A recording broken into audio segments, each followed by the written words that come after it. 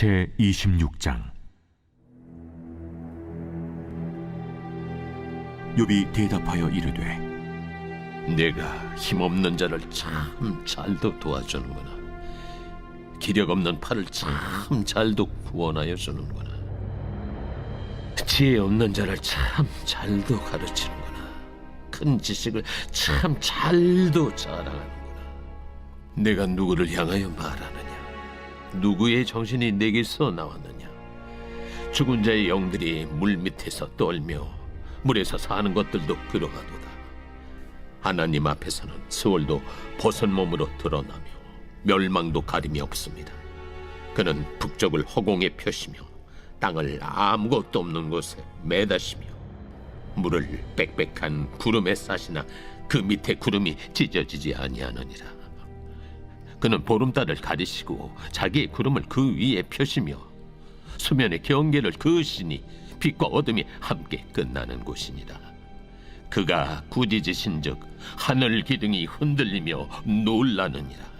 그는 능력으로 바다를 잔잔하게 하시며 지혜로 라합을 깨트리시며 그의 힘으로 하늘을 맑게 하시고 손으로 날렵한 뱀을 무찌르시나니 보라, 이런 것들은 그의 행사의 단편일 뿐이요 우리가 그에게서 들은 것도 속삭이는 소리일 뿐이니 그의 큰 능력의 우레소리를 누가 능히 헤아리랴.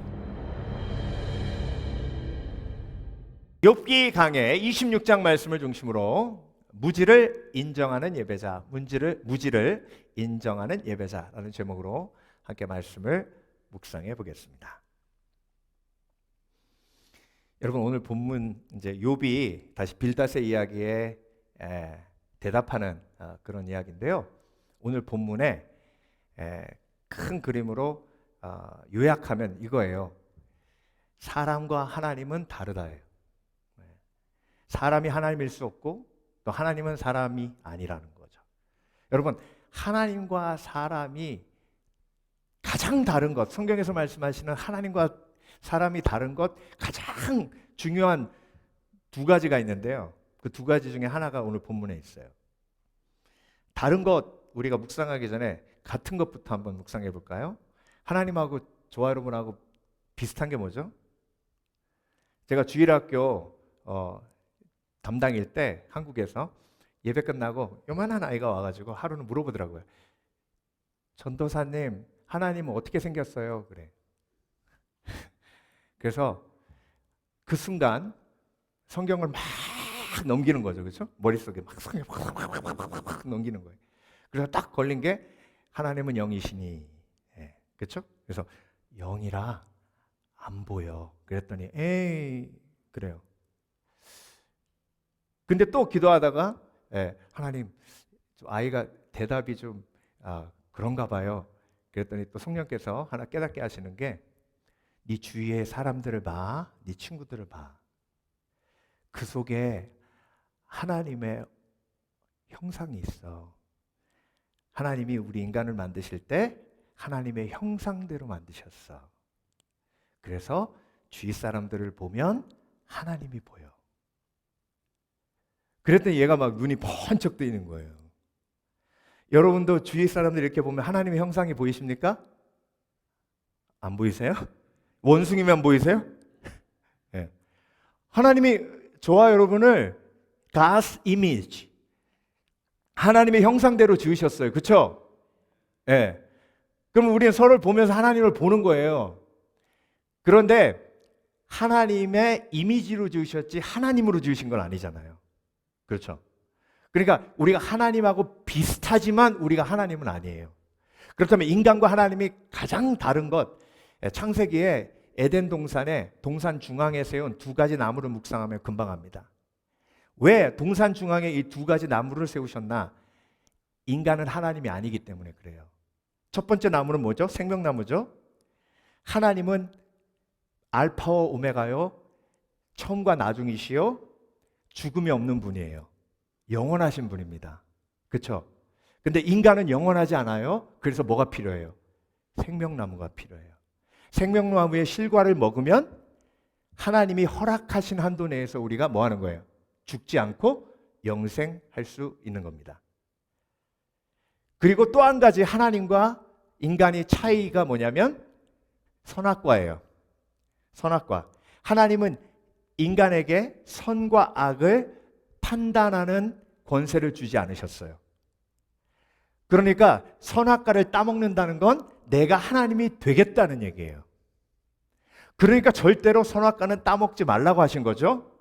그러니까 인간과 하나님과의 가장 큰 차이는 뭐예요? 하나님은 모든 걸 아시지만 인간은 하나님이 허락하시는 것만 알아요. 다시 한번 말씀드립니다. 인간과 하나님의 가장 큰 차이는 유한과 무한. 그렇지만 하나님이 허락하시면 무한으로 갈 수 있어요. 그리고 지식도 마찬가지예요. 하나님은 다 아시지만 인간은 아무것도 몰라요. 그런데 하나님이 허락하시면 그 한도 내에서 인간은 알 수 있습니다. 그래서 여러분, 교만이 뭐예요? 내가 모르는 걸 인정하지 않는 게 교만이에요. 그 얘기는 뭐예요? 곧 선악과를 따먹는 거예요. 선악과는요, 매일매일 따먹을 수 있습니다. 내가 하나님 앞에 무지를 인정하지 않으면 그게 선악과를 따먹는 거예요. 근데 오늘 본문의 빌닷, 욥이 빌닷한테 얘기하는 거잖아요. 친구들한테 얘기하는 거죠. 욥의 세 친구는 매일매일 말할 때마다 선악과 따먹어요. 말하는 게 모든 걸 다 알고 있는 것처럼 얘기해요. 여러분, 인간은 불안하면 불안할수록 다 아는 것처럼 말해요. 불안도가 높은 사람은 모르면 불안하기 때문에 이 사람이 혹시 내가 뭔가를 모른다고 생각할까 봐 아는 척을 해요. 그래서 불안도가 높으면 높을수록 아는 척을 많이 할 수밖에 없어요. 여러분 주위에 막 말만 하면 그건 이렇게 해야 돼 이렇게 하는 사람 있죠? 우리 교회는 없어요. 네. 저쪽 교회에 있어요. 그런 분들의 특징이 뭐냐면 불안도가 높아요. 그러니까 모르면 그 모른다는 말 할 그때부터 막 불안이 확 몰려오는 거예요. 그래서 예민하거나 극예민하거나 불안이 높으면 계속해서 하나를 들고 파야 돼요. 알 때까지. 그런 삶의 태도가 욥의 세 친구에게 있었고, 그리고 무지를 인정하지 않았어요. 그러니까 온전한 예배자라고 할 수 없는 거예요. 여러분, 온전한 예배자는요, 하나님 앞에 예배하면 하나님의 그 전능하심이 드러나고 하나님의 보좌가 드러나고 하나님의 임재가 경험되어지고, 그러면 입에서 뭐가 나와요? 하나님 나는 몰라요. 하나님 앞에 나올 때마다 무지를 인정할 수밖에 없어요. 여러분, 무지를 인정하는 게 겸손이고 겸손한 자에게 하나님의 은혜와 복이 임하는 줄 믿습니다. 믿습니다. 그래서 무지를 인정하고 한계를 인정하는 사람에게 하나님께서 주시는 것이 생명나무예요. 그 생명나무가 바로 예수 그리스도인 줄 믿습니다. 오늘 본문에 욥이 그렇게 얘기하죠. 네가 힘없는 자를 잘 도돕는구나. 칭찬하는 거예요? 아니면 반어법을 쓴 거예요? 반어법을 쓴 거죠? 그렇죠? 요즘 전문 용어로 반어법이란 말을 다른 말로 쓰더라고요. 돌려까기라고. 아주 전문 용어예요. 그래서 반어법을 하는 거죠. 힘없는 자를 잘도 돕는구나. 팔에 힘이 없는 자를 잘도 구원하는구나. 지식이 없고 지혜가 없는 자에게 잘도 가르치는구나. 그리고 너의 큰 지식을 잘도 자랑하는구나. 이 얘기는 뭐예요? 너희 세 친구가 너무 잘 도와주고 너무 아는 척하지만 그게 하나도 도움이 되지 않고 그것이 하나도 자랑거리가 되지 않는데 넌 누구 위해서 지금 말하고 있니? 3절에 지금 네가 그렇게 말하는 걸 누굴 위해서 말하고 있어? 나를 위해서 말하는 게 아니잖아. 너 자신을 위해서 말하고 있는 거잖아. 그 마음, 그 스피릿이 어디에서부터 왔니? 물속에 있는 죽은 영혼들이 그렇게 얘기해. 그 얘기는 뭐예요? 그렇게 교만하고 하나님 앞에서 무지를 인정하지 않으면 결국 네 속에 선악과를 따먹은 결과 죽음밖에 없어. 근데 하나님은 어떤 분인데? 수호를 벗기시고 죽음에 대해서 말씀하실 수 있는 분. 여러분, 인간이 가장 모르는 게 죽음이에요. 왜? 경험해보지 않았기 때문에. 수월, 지옥에 대해서 몰라요. 그러니까 여러분, 인간이 아는 게 없다는 거예요. 하나님은 물을 구름으로 덮으시고 싸매셨는데 그 구름이 찢어지지 않는데요. 하나님이 땅과 바다를 경계를 여시고 하나님이 소리치면 땅의 기둥이 흔들린대요. 하나님이 하늘을 깨끗하게 하고, 그리고 하나님이 달을 구름으로 덮으시고, 하나님이 라합은 교만한 자, 사단을 상징합니다. 여리고성의 라합이 아니에요. 그 라합을 멸하시고 없애기까지 하시는데, 이 모든 하나님의 역사가 어떻게 이루어지는지 하나님만 아신다는 거예요. 그래서 여러분, 예배하면 그 하나님의 권능과 하나님의 위대하심 속에 나의 무지가 드러납니다. 그 무지가 드러나 내가 알지 못함을 하나님 앞에 인정할 때 진정한 예배자가 돼요. 진정한 예배자가 되었을 때 하나님이 저와 여러분에게 주시는 놀라운 부르심이 내 속에 하나씩 둘씩 이루어지기 시작합니다. 그 부르심이 무엇이냐면 첫 번째, 위로자로의 부르심입니다. 무지를 인정하는 예배자는 위로자가 될 수 있지만 내가 무지를 인정하지 않으면 절대로 온전한 위로자는 될 수 없습니다. 가르치는 자는 될 수 있어요. 근데 가르칠 때 또 선을 넘어요. 가르치기만 합니까? 정죄하죠. 판단하죠. 내가 힘없는 자를 참 잘도 도와주는구나. 기력 없는 팔을 참 잘도 구원하여 주는구나. 욥이요, 너희가 모든 것을 다 아는 것처럼 얘기하는데 나 10명의 자녀를 잃었어. 너희 내 마음 알아?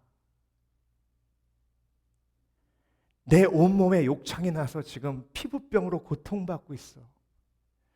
너희가 내 고통을 알아? 내 아내가 나를 저주하고 나를 떠났어. 네가 내 아픔을 알아.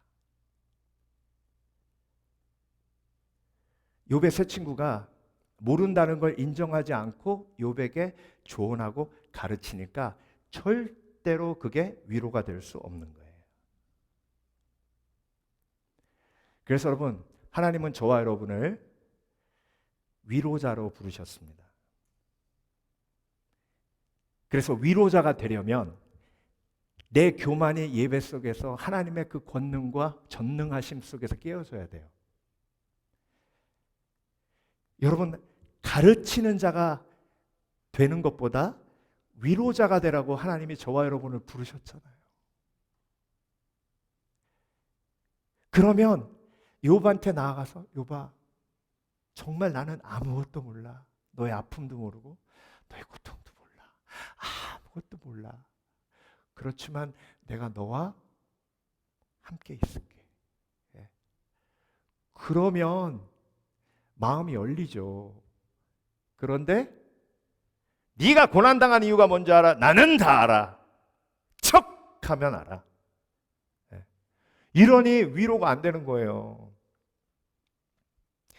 여러분, 오늘 Father's Day인데요. 아버지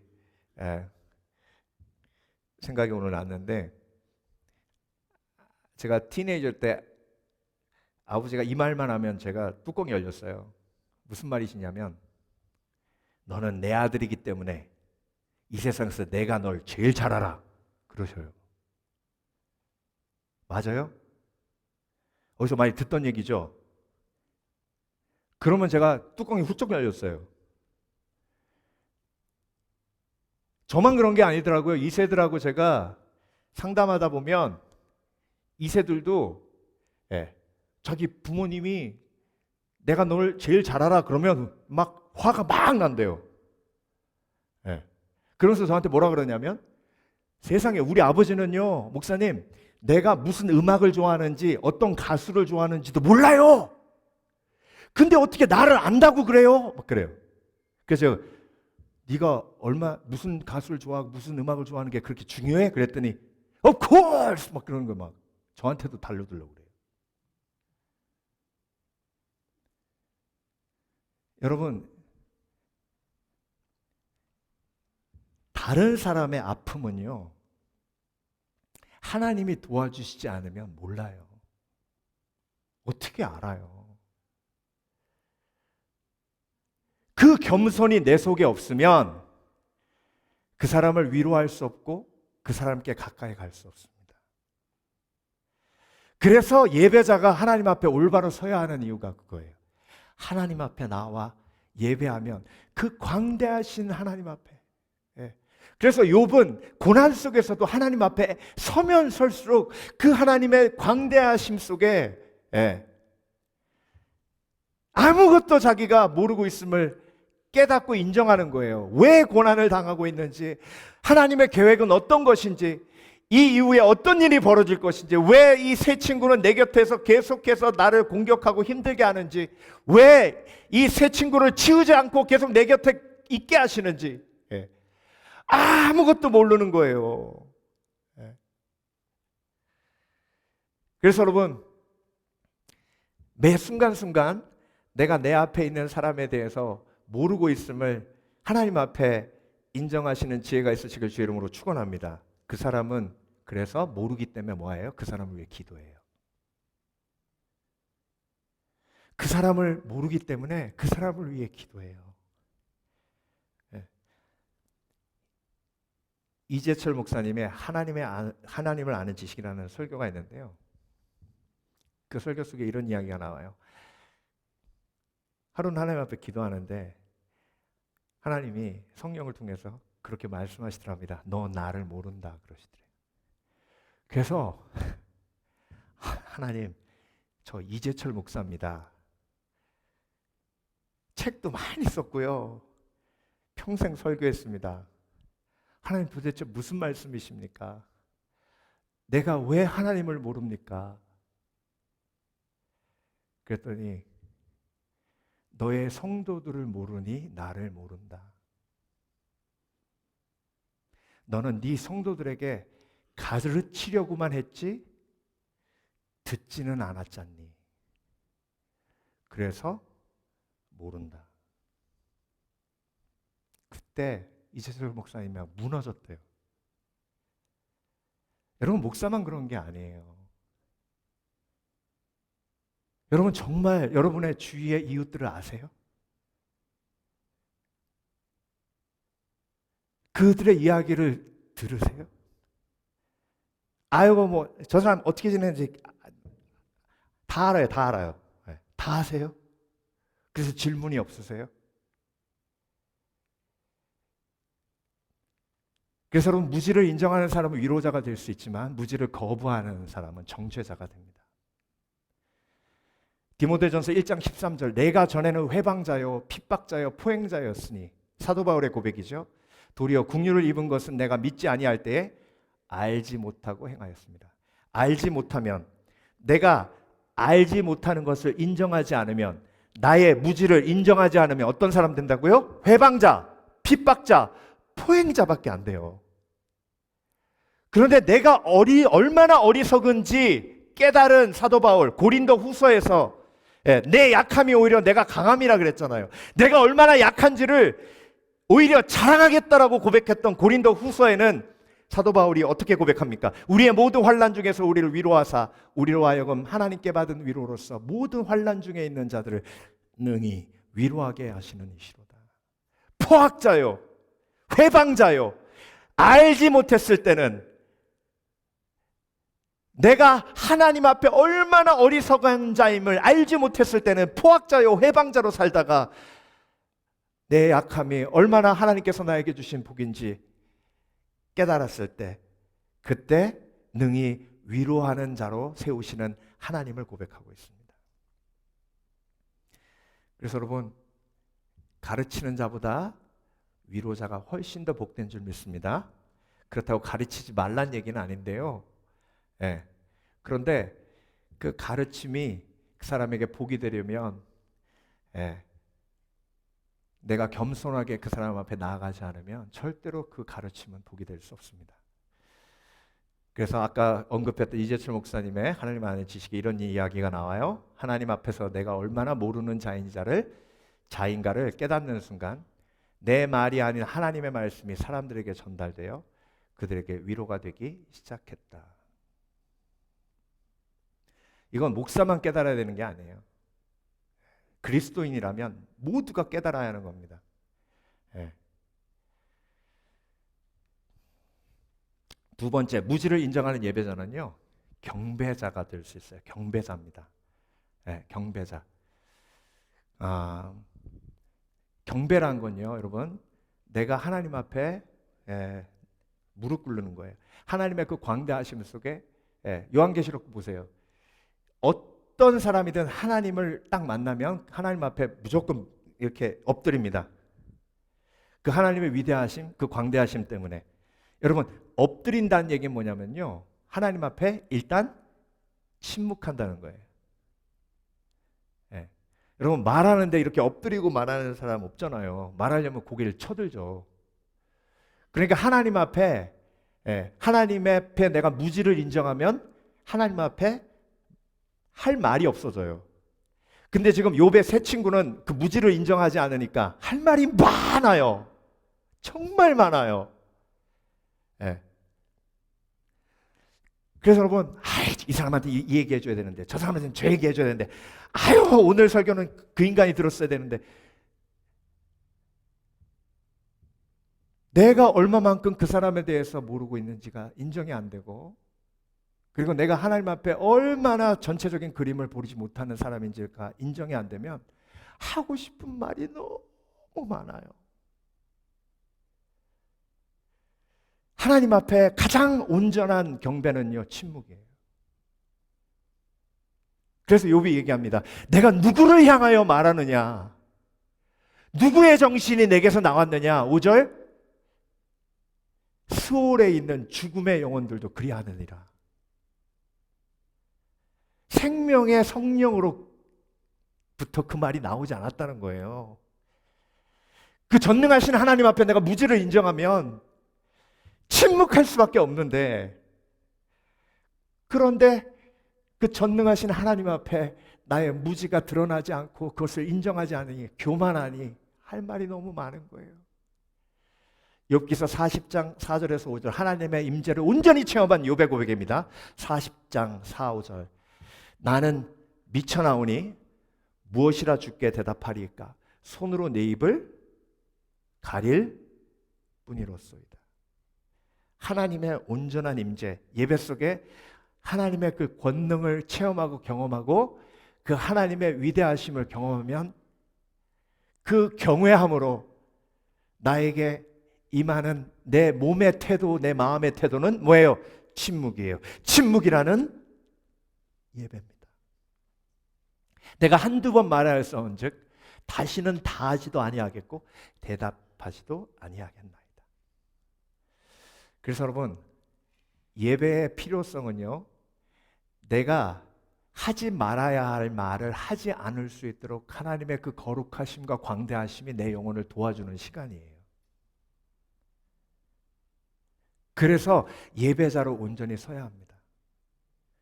여러분, 인생에서요, 해야 될 말을 하는 것도 중요하지만 더 중요한 건 하지 말아야 할 말을 하지 않는 거예요. 100번 칭찬하고 하지 말아야 할 말 한마디 딱 하면 그 100번 칭찬 한꺼번에 다 무너집니다. 네. 그 역사가, 그 돕는 역사가 예배 속에서 일어나는 줄 믿습니다. 그래서 권능의 하나님 그 보좌 앞에 설 때 그 경외함이 내 영혼 속에 임할 때 내 입술에 제단 숯불이 지져지고, 그리고 꼭 내가 해야 할 말, 주여 내가 여기 있사오니 나를 보내소서라는 가장 중요한 말이 내 입에서 나옵니다. 네. 그래서 무지를 인정하는 자는 경배자, 하나님 앞에 침묵할 수 있는 영성이 많은 온전한 예배자가 되고, 무지를 거부하는 사람은 자신을 높이는 자. 예. 그래서 매사에 사람을 무시하는 자가 됩니다. 프랜시스 콜린스라는 아주 유명한 과학자가 있는데요. 이분이 게놈 프로젝트의 리더였어요. 게놈 프로젝트가 뭔지 아시죠? 30억 개의 DNA를 분석해가지고 맵으로 만든 인류 최초의 그 맵을 만든 분이 프랜시스 콜린스 박사님이에요. 근데 이분이 어떤 책을 썼냐면 The Language of God라는 책을 썼어요. 원래 무신론자였습니다. 그런데 30억 개의 유전자 지도를 그리며 연구하면 연구할수록 이건 창조자가 아니면 불가능한 일이라는 게 너무나도 느껴지고 또 느껴지고 또 느껴지더래요. 그래서 나는 크리스찬이 될 수밖에 없었다. 알면 알수록. 그래서 이분의 고백입니다. DNA는 하나님께서 생명을 창조하신 언어와 같다. 그 섬세하고 광대한 정보 앞에서 나는 침묵할 수밖에 없었다. 그 침묵이 뭐예요? 내가 감히 안다고 말 못하겠더라는 거예요. 내가 인류 최초로 게놈 프로젝트로 30억 개의 DNA를 분석하고 그걸 체계화시켰지만 그럼에도 불구하고 모르는 게 너무 많아. 하나님 앞에 침묵할 수밖에 없었대요.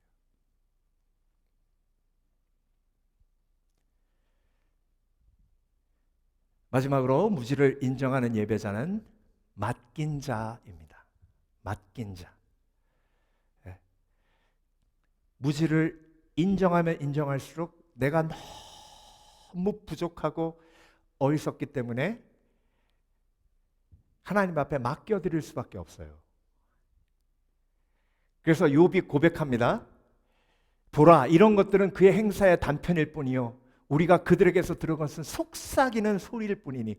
우리가 하나님의 말씀을 듣고 깨달은 건 하나님이 주신 말씀의 1000분의 1도 안 된다는 거예요. 그러면 지금 속삭이는 말씀 이외에 나중에 큰 소리로 주시는 말씀이 있을 텐데 그 말씀을 우리 아직 모른다는 거예요. 그러니까 내가 내 삶을 책임질 수 없고 나는 내 모든 고난과 내 모든 환경, 내 모든 것을 누구에게 맡겨드린다? 하나님 앞에 맡겨드린다. 나의 가는 길을 오직 그가 아시나니 그가 나를 연단하신 후에 내가 정금같이 나오리라. 그래서 여러분, 하나님 앞에 맡겨드리려고 노력을 많이 하시는데요, 하나님의 원리는 그게 아니에요. 나의 노력으로 맡겨드리는 게 아니라 내가 하나님 앞에 얼마나 어리석고 내가 얼마나 아무것도 모르는 존재임을 예배 속에서 말씀 속에서 깨달으면 자연스럽게 맡겨드리게 돼요. 모르니까. 근데 교만이 딱 역사하면 내가 하면 될 것 같아요. 제가 오늘 설교 준비하면서 오래전에 아마 딸이 2살이었고 반성이가 5살이고 그랬던 것 같아요. 이렇게 운전하고 가는데 딸이 하늘 보면서 막 새를 그렇게 어렸을 때 좋아했거든요. 새가 막 날아가니까 새가 많다 그러더니 1, 2, 1, 2, 1, 2 이렇게 세는 거예요. 뚜리를 몰라. 그래서 1, 2, 1, 2, 1, 2 이렇게 세는 거예요. 그러니까 반석이가 옆에 있다가 그걸 딱 듣더니 웃어요. 막. 왜 웃는 거예요? 뚜리도 몰라. 그래서 1, 2, 1, 2 막 웃는 거예요. 난 또 그거 보면서 웃는 거예요. 아이고, 지네들이 뭘 한다고. 도찐 개찐인데 하나는 1, 2까지 하고 또 그걸 모른다고 또 웃고. 아유. 근데 제가 운전하면서 아버지인 나도 5분 후에 어떤 일이 벌어질지 몰라요. 그 차 안에 타고 있는 사람들 다 몰라요. 그게 인생이에요. 그래서 예수님이 이 땅에 오셔서 십자가 지시고 죽으신 거예요. 그러면서 하신 말씀이 수고하고 무거운 짐진 자들아 다 내게로 오라. 내가 너희를 쉬게 하리라. 나는 온유하고 겸손하니 나의 멍에를 메고. 뭘 메고? 멍에를 메고. 멍에는요 같이 이렇게 둘이 지는 거예요. 그렇죠? 그렇죠? 예.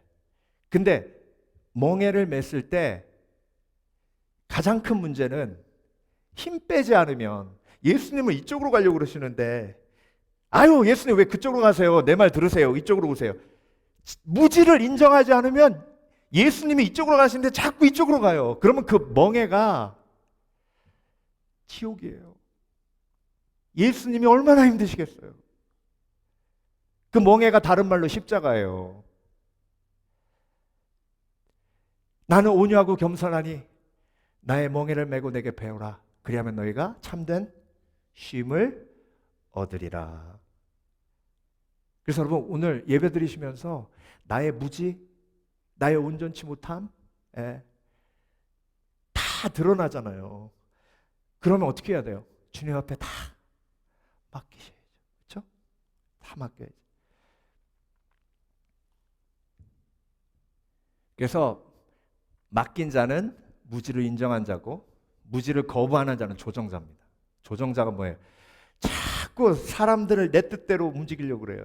심지어 예수님도 내 뜻대로 움직이려고 그래요. 내 말 들어. 내 말 들으면 자다가도 떡이 나와. 내 말 들어.